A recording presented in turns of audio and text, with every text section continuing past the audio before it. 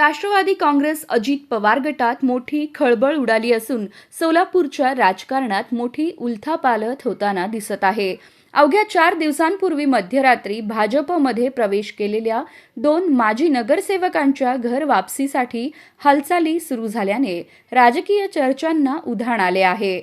भाजपकडून आगामी निवडणुकीसाठी उमेदवारी निश्चित नसल्यामुळे हे दोन्ही माजी नगरसेवक पुन्हा राष्ट्रवादी काँग्रेस अजित पवार गटात परतण्यासाठी इच्छुक असल्याची माहिती समोर आली आहे. या पार्श्वभूमीवर राष्ट्रवादी काँग्रेस अजित पवार गटाचे मंत्री दत्तात्रय भरणे यांच्या उपस्थितीत सोलापुरातील हॉटेल बालाजी सरोवर येथे एक महत्त्वाची बैठक सुरू आहे. मात्र या घर वापसीला पक्षातीलच शहराध्यक्ष संतोष पवार आणि कार्याध्यक्ष जुबेर बागवान यांनी जोरदार विरोध दर्शवला आहे.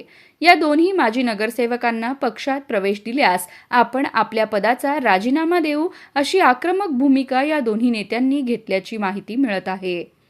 दरम्यान या घडामोडींमुळे शिवसेना शिंदे गटाचीही एंट्री झाली असून या घर वापसीचा परिणाम राष्ट्रवादी आणि शिवसेना या दोन्ही पक्षांवर होण्याची शक्यता वर्तवली जात आहे.